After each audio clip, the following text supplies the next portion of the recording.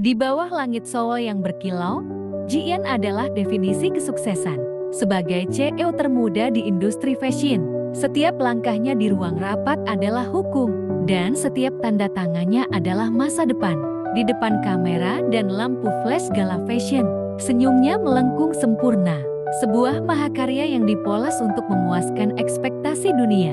Namun, jika kau melihat lebih dekat ke matanya, ada binar yang hilang di sana. Kehidupan Ji-yeon adalah jadwal yang tak pernah berhenti bernapas. Dari satu kontrak besar ke kontrak lainnya, ia dikelilingi oleh kemewahan yang terasa mencekik. Di balik pintu kaca kantornya yang megah, ia sering berdiri sendirian, menatap kota yang mengaguminya namun tak mengenalnya. Ia sadar bahwa ia bukan lagi pemilik hidupnya sendiri. Ia hanyalah aset, perusahaan yang dikurung dalam penjara, ekspektasi yang ia bangun sendiri. Malam ini, setelah riuh tepuk tangan mereda, Ji-yeon duduk di belakang mobil mewahnya. Ia menghapus lipstik merahnya dengan kasar, membiarkan topeng itu retak. Di tengah keheningan, sebuah tanya muncul. Sampai kapan aku harus berpura-pura? Di balik sorotan kamera yang memuja, ada jiwa yang berteriak ingin bebas. Ini bukanlah akhir dari kejayaannya, melainkan awal dari sebuah keretakan yang akan mengubah segalanya. Ji-yeon tidak tahu bagaimana atau kapan ia sampai pada keputusan ini. Yang ia tahu, ia harus pergi, meninggalkan gemerlap Seoul dan label CEO-nya. Ia melarikan diri ke Mokpo, sebuah kota pesisir yang tenang. Di sana, di antara perahu nelayan yang berlabuh dan angin laut yang asin, ia menemukan pekerjaan sebagai pemandu wisata pantai. Sebuah perubahan drastis dari kontrak jutaan dolar. Namun ada ketenangan yang belum pernah ia rasakan. Di bawah teriknya matahari Mokpo, Ji-yeon bukan lagi Ji-yeon yang dulu. Topi jerami melindungi wajahnya dari matahari, bukan dari sorotan kamera. Kemeja putih longgarnya menyembunyikan identitas aslinya, bukan kemewahan. Ia menuntun wisatawan menyusuri pantai berpasir, berbagi cerita tentang sejarah lokal, dan tertawa lepas saat ombak membasahi kakinya. Senyumnya kini tulus, bukan lagi paksaan. Ia merasakan kebebasan yang tak pernah ia temukan di ruang rapat, di mana setiap kata adalah strategi. Malam hari,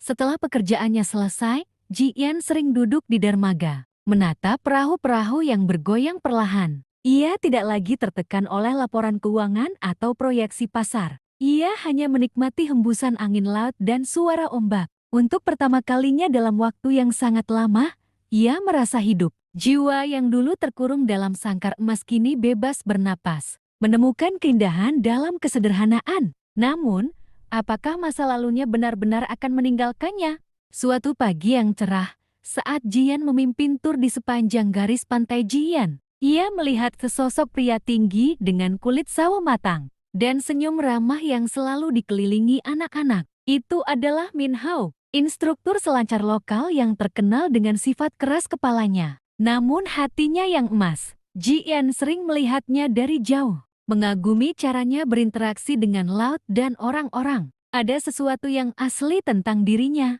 sesuatu yang kontras dengan dunia penuh kepura-puraan yang ditinggalkan Ji-yeon. Tiba-tiba, suasana ceria itu pecah. Sebuah teriakan panik terdengar saat seorang turis yang terlalu jauh dari kelompoknya terseret arus. Tanpa ragu, Min Hao melompat. Ia berenang dengan kekuatan penuh, melawan ombak yang mencoba menelannya. Demi menyelamatkan nyawa orang asing itu, Ji-yeon menyaksikan dengan jantung berdebar, napasnya tertahan. Ini adalah keberanian sejati, bukan keberanian dalam negosiasi bisnis, melainkan keberanian yang muncul dari naluri kemanusiaan. Dengan usaha keras, Min Hao berhasil menarik turis itu ke tempat yang aman. Ketika ia kembali ke pantai, basah kuyup namun lega, Ji-yeon melihatnya dengan mata yang berbeda. Bukan hanya tubuh kekarnya atau senyum ramahnya, tapi ketulusan dan keberaniannya yang membuat Ji-yeon terpesona. Ia menyadari, ada lebih banyak hal di dunia ini daripada angka dan status.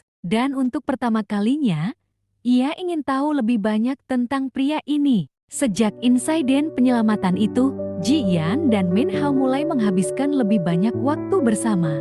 Pantai Mokpo menjadi saksi bisu setiap langkah mereka. Mereka berjalan menyusuri pasir, berbagi tawa dan cerita.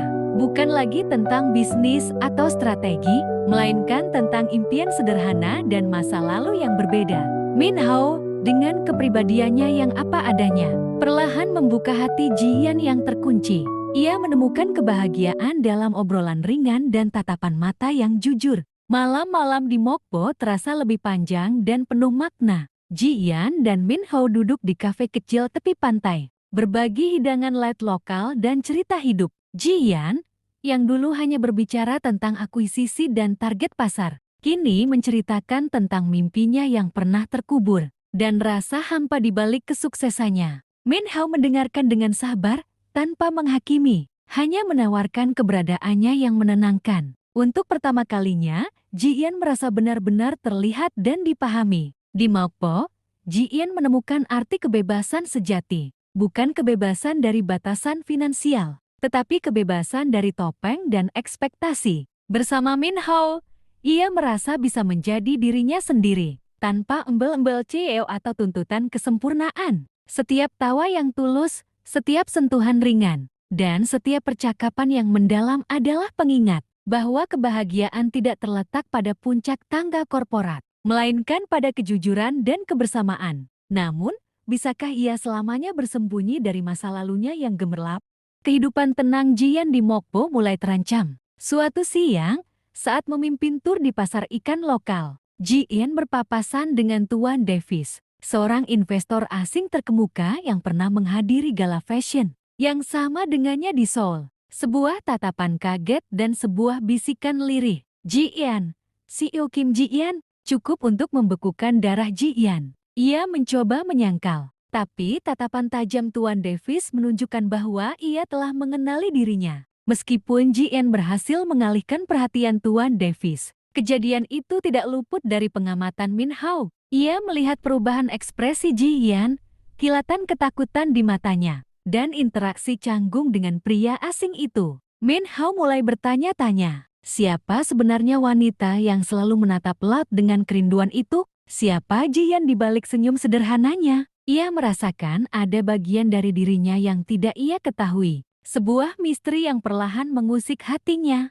Malam itu, Ji-Yan gelisah. Ia tahu rahasianya terancam. Sementara itu, Min Ho tidak bisa berhenti memikirkan insiden itu. Ia teringat akan sikap Ji-Yan yang terkadang tertutup, atau caranya menghindari pertanyaan tentang masa lalunya. Pertanyaan-pertanyaan itu kini menumpuk, mendesaknya untuk mencari tahu kebenaran. Apakah Ji-Yan akan menceritakan segalanya? Atau akankah masa lalunya yang gemerlap akan menyeretnya kembali? Keesokan harinya, kecurigaan Min Ho memuncak. Dengan lembut namun tegas, ia menanyakan tentang masa lalu Ji-Yan, tentang apa yang membuatnya lari ke Mokpo, dan siapa sebenarnya dirinya. Ji-Yan terdiam. Hatinya hancur. Ia tidak ingin berbohong pada pria yang telah membuka hatinya. Tapi ia juga takut kehilangan kebebasan yang baru ditemukan. Di antara pertanyaan Min Ho yang tulus, dan panggilan dari masa lalunya yang mulai mengancam, Ji-Yan merasa seperti ditarik ke dalam badai yang tak berkesudahan. Malam harinya, Ji-Yan menerima panggilan telepon yang menghantuinya. Itu dari mantan asistennya, melaporkan kekacauan di perusahaan, dan kebutuhan mendesak akan kepemimpinannya. Dunia Seoul yang penuh kekuasaan dan kemewahan memanggilnya kembali, menawarkan segala yang pernah ia miliki. Di sisi lain, ada Mokpo dengan kesederhanaannya, kejujurannya, dan Min Ho, sebuah pilihan berat membayangi. Sebuah persimpangan jalan antara dua kehidupan yang sangat berbeda. Ji-Yan berdiri sendirian di tepi pantai, menatap ombak yang tak henti-hentinya bergulung. Ombak itu seperti metafora hidupnya, kuat, tak terduga, dan selalu bergerak. Kebebasan yang ia rasakan di Mokpo adalah kebebasan yang datang dengan risiko. Risiko kehilangan segalanya, termasuk dirinya yang dulu. Apakah ia akan membiarkan ombak itu membawanya kembali ke Seoul? Atau apakah ia akan menemukan cara untuk berlayar di atasnya, menciptakan takdirnya sendiri di pantai ini, sebuah keputusan yang akan mengubah jalan hidupnya. Di bawah langit senja yang memudar, di dermaga tempat mereka sering berbagi keheningan, Ji-Yan akhirnya berbalik menghadap Min Ho. Dengan suara bergetar dan air mata yang mengalir, ia menceritakan semuanya. tentang tekanan yang mencekiknya, tentang kesendirian di puncak kesuksesan, dan tentang bagaimana ia melarikan diri dari label CEO Kim Jian untuk menjadi dirinya yang sebenarnya. Min Ho mendengarkan, matanya terpaku pada setiap kata, hatinya berdebar. Ada keterkejutan, tapi juga pengertian yang dalam. Setelah Jian selesai bicara, keheningan menyelimuti mereka. Min Ho terdiam sesaat, memproses semua pengakuan itu. Kemudian, ia mengangkat tangannya, menyentuh pipi Jian, menghapus air matanya dengan ibu jarinya. Aku tidak peduli siapa dirimu di Seoul, bisiknya lembut. Aku hanya tahu siapa dirimu di sini, bersamaku. Ia menggenggam erat tangan Jian, sebuah janji tanpa kata bahwa ia akan selalu ada di sisinya. Tak peduli badai apapun yang datang. Di bawah selimut langit Mokpo yang bertabur bintang, dengan bulan sabit menggantung tinggi sebagai saksi, mereka saling mendekat. Bibir mereka bertemu dalam ciuman yang dalam, penuh gairah, dan jujur. Ciuman yang menyagel takdir mereka di bawah langit yang luas. Ombak yang tenang berbisik di kejauhan, seolah menyanyikan lagu cinta mereka. Jian akhirnya menemukan bukan hanya kebebasan, tapi juga cinta sejati di tempat yang paling tidak terduga. Masa lalu mungkin masih membayangi, tetapi masa depan mereka kini cerah bersama di tepi Laut Mokpo.